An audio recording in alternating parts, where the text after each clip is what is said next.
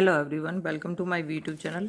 आज हम class 10 chapter 10 के बारे में स्टडी करेंगे, विच इज़ सर्कल। जो आपके पास सर्कल से रिलेटेड है, तो इसकी 10.1 एक्सरसाइज आपकी ऑलरेडी हो चुकी है। 10.2 के आपके 1 to 3 क्वेश्चंस कंप्लीट हो चुके हैं। इस वीडियो में हम 10.2 एक्सरसाइज के क्वेश्चन 4 to 9 तक डिस्कस करेंगे। सो आपके पास फर्स्ट जो आपके पास फोर्थ क्वेश्चन है वो क्या है आपके पास, prove that the tangents drawn at the end of a diameter of a circle are parallel. हमारे पास क्या है कि जो आपके पास डायमीटर होता है सर्कल का, उसके एंड्स पर जो आपने टेंजेंट ड्रॉ किए हैं वो आपको पैरेलल दिखाने हैं। तो यहाँ पर आप डायग्राम में देख सकते हो, यहाँ डायग्राम में मैंने एक सर्कल बना रखा है। इस सर्कल में आपके पास ए बी डायमीटर है और यहाँ पर tangents P Q and R S आपने ड्रॉ कर रखे हैं। ओ आपके पास इसका सेंटर है। सो आपके पास क्वेश्चन नंबर 4 में जो इसका सॉल्यूशन लिखेंगे हम, let A B is diameter and P Q R S R tangents drawn at the end of diameter. अब डायमीटर के एंड पर आपके पास टेंजेंट है। आप सबको पता है, थ्योरम से आप कर चुके हो कि जो आपके पास रेडियस होता है वो क्या होता है, परपेंडिकुलर होता है to the tangent. We know that the radius is perpendicular to tangent. अब आपके पास ओ बी रेडियस है और यहाँ पर ओ ए रेडियस है, तो ये आपके पास ओ बी परपेंडिकुलर हो गया किस पर, आर एस पर। सिमिलरली ओ ए परपेंडिकुलर हो गया किसके ऊपर, पी क्यू पर। तो आप यहाँ पे लिख सकते हो O B is perpendicular R S and O A is perpendicular P Q. ये आपने यहाँ पे दिखा दिया। जब ये परपेंडिकुलर हैं तो इट मीन्स आपके पास यहाँ पे जो एंगल्स ड्रॉ हो रहे हैं वो भी आपके पास कितने के होंगे, 90 डिग्री के। इट मीन्स मैंने यहाँ पे नेमिंग कर लिया 1 2 3 4, आसानी रहेगी। तो यहाँ पे मैं लिखना चाहूँ तो लिख सकते हो angle O B S, O B S, O B S equals to angle O B R, और दोनों कितने के हैं, 90 डिग्री के। सिमिलरली आपके पास आप ओ ए से लेके चलेंगे तो आपके पास angle O A P equals to angle O A Q, ये भी आपके पास कितने के हो जाएंगे, 90 डिग्री के। अब देखो, आप दोनों से ले सकते हो, दोनों को लेकर चलोगे तो ये भी 90 है, ये भी 90 है, एंगल 3 4, एंगल 1 2, ये भी 90 है। यहाँ पर हमें क्रॉस लेना है, तो क्रॉस में हम क्या करेंगे, 2 4 को लेंगे और 1 3 को लेंगे। आप ऐसे नाम भी लिख सकते हो और या फिर आप करके यहाँ पे लिख भी सकते हो। मैं यहाँ पे और मैं भी बता सकती हूँ, अगर कोई ऐसे नहीं लिखना चाहता तो आप डायरेक्ट लिख सकते हो। जैसे ओ बी एस था तो आपके पास हो गया angle 2 equals to angle 1। Similarly आपके पास एंगल 4 इक्वल्स टू एंगल 3। आप ऐसे भी लिख सकते हो। तो आपने ये टर्म लिख दी फ्रॉम अबव। अब दोनों से आपके पास दोनों कितने कितने के, 90 डिग्री के, और दोनों क्या है आपके पास, इक्वल है। तो हम क्रॉस में लेकर चलेंगे तो हमारे पास क्या आ जाएगा, एंगल 2 इक्वल्स टू एंगल 4 और एंगल 1 इक्वल्स टू एंगल 3, और दोनों ही हैं क्या आपके पास, अल्टरनेट एंगल्स। अब आपको पता है अल्टरनेट एंगल्स आपके पास इक्वल होते हैं। आपने प्रीवियस क्लासेस में पढ़ा हुआ है कि जब आपके पास 2 पैरेलल लाइंस होती हैं और उनके अल्टरनेट इंटीरियर एंगल्स इक्वल होते हैं, इट मीन्स ये एंगल और ये एंगल, तो आपके पास ये दोनों एंगल इक्वल्स भी होते हैं और साथ के साथ लाइंस भी पैरेलल होती हैं। तो आपके पास अगर एंगल्स इक्वल हैं और वो अल्टरनेट हैं तो लाइंस क्या होंगी, पैरेलल होंगी। तो आपके पास यहाँ पे लिखा since alternate angles are equal, this implies, ये दोनों लाइंस आपके पास क्या होगी, पैरेलल, और दोनों क्या है, टेंजेंट्स। तो आपके पास यहाँ पर क्या आ गया, P Q is parallel to R S. यही आपको प्रूफ करना था कि टेंजेंट्स उसके डायमीटर पर क्या होंगे, वो क्या होंगे, पैरेलल होंगे। Clear. Now move to question number 5। Question number 5 is prove that the perpendicular at the point of contact to the tangent. Tangent के जहां आपके पास पॉइंट ऑफ कॉन्टैक्ट होता है वहां पर आपने परपेंडिकुलर ड्रॉ किया है to a circle passes through the centre. आपको प्रूफ करना है कि वो सेंटर से पास आउट होता है। अब आप सबको पता है कि सेंटर से पास आउट होता है, लेकिन हमें यहाँ पर ये प्रूफ करना है। अब प्रूफ कैसे करना है, इसके लिए देखिए हमने यहाँ पर क्या किया है, क्वेश्चन नंबर 5 में सर्कल ड्रॉ कर लिया है। अब ओ आपका सेंटर है और ए बी इसका टेंजेंट है, पॉइंट ऑफ कॉन्टैक्ट है इसका पी। तो हम इसको कॉन्ट्राडिक्शन से प्रूव करेंगे। तो सबसे पहले देखिए, let O B the centre of a circle and A B is tangent at P. We have to prove that perpendicular at P to A B, इस पॉइंट P पर ए बी के ऊपर जो परपेंडिकुलर है passes through O, हमें दिखाना है कि वो सेंटर से पास आउट होता है।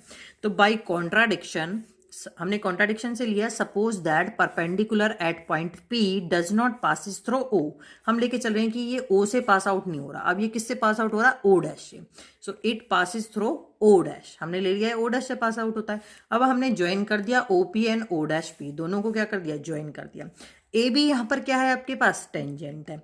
अब आपको पता है टेंजेंट है तो आपने ये भी पढ़ा हुआ है कि जो आपके पास रेडियस होता है वो क्या होता है? परपेंडिकुलर होता है। तो यहां से आपके पास एंगल क्या आ जाएगा? OPB। वो कितने का हो गया? 90 डिग्री का। जब आपके पास ए बी टेंजेंट है तो OP भी आपके पास कितना हो गया? 90 डिग्री। अब यहाँ पर आपके पास जो दूसरा आपने लिया है कि जो परपेंडिकुलर, हमने ये तो लिया suppose that perpendicular eight point P does not passes through O, it passes through O dash. तो O डैश P ये भी क्या है आपके पास? परपेंडिकुलर है। परपेंडिकुलर है तो आपके पास जो O डैश P है वो परपेंडिकुलर है किस पर? AB पर। तो दिस इंप्लाइज यहां से आपके पास कौन सा एंगल आ गया? O dash PB। ये भी कितना आ गया? 90 डिग्री। ये होगी सेकंड इक्वेशन किससे? कॉन्ट्राडिक्शन से, जो हम लेके चले थे कि कॉन्ट्राडिक्शन में हमने ली थी कि भाई ये पास आउट होता है perpendicular. From equation first and second दोनों में आपके पास 90 का एंगल है राइट हैंड साइड में, तो लेफ्ट हैंड साइड भी इक्वल होगी। इट मीन्स आपके पास क्या आ गया? Angle OPB equals to angle O dash PB। दोनों एंगल इक्वल आ गए। अब ये तो पॉसिबल नहीं है, आप डायग्राम में देख सकते हो। देखो एक एंगल आपका बड़ा दिख रहा है, एक एंगल आपका स्मॉल दिख रहा है, तो ये तो पॉसिबल नहीं है। आप चाहो तो यहाँ लिख सकते हो from the figure angle OPB is greater than angle O dash PB। और अगर नहीं लिखना चाहते तो आप एज इट इज इतना भी रख सकते हो कि it is possible only when OP and O dash P coincident lines. अगर मतलब हमारे पास जो O पॉइंट है वो O डैश के साथ कोइंसाइड कर जाता है तो हमारे पास क्या हो जाती हैं? ये आपके पास पॉसिबल हो जाता है। इट मीन्स दोनों एंगल्स क्या हो जाते हैं? इक्वल। अब अगर दोनों एंगल्स इक्वल हो गए, O और O डैश कॉन्सिडेंट आपको कॉन्साइड कर गए एक दूसरे पर, तो आपने लिया था कि ये O से पास आउट नहीं हो रहा, किससे पास आउट हो रहा था? O डैश से। लेकिन अब हमने कॉन्ट्राडिक्शन से दिखा दिया कि O डैश और O दोनों कौन से क्या कर रहे हैं? आपके पास कॉन्साइड कर रहे हैं। दोनों आपके पास कॉन्साइड कर रहे हैं। इट मीन्स आपके पास दोनों पॉइंट भी क्या हो गए? एक हो गए। कॉन्साइड का मतलब होता है एक पॉइंट के ऊपर दूसरा पॉइंट। तो आपके पास दोनों पॉइंट्स एक हो गए। तो हमारे जो कॉन्ट्राडिक्शन हम लेके चले थे कि does not passes through O, वो आपके पास क्या हो गया? रॉन्ग हो गया। वो O डैश से पास आउट ना होकर O से ही पास हो रहा है, क्योंकि वो दोनों सेम ही पॉइंट है। तो यहाँ पर हम क्या लिख देंगे? This implies perpendicular drawn at P passes through the centre O। यही आपको इसमें प्रूव करना था। Clear? Move to question number Move to question number 6. Question number 6 is the length of a tangent from a point A at a distance 5 centimeter from the center of the circle is 4 centimeter. Find the radius of the circle. ये question आपके पास question number second की तरह है।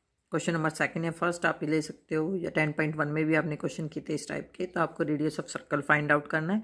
तो main इसके अंदर diagram है, क्योंकि डायग्राम में बच्चे गलतियां करते हैं।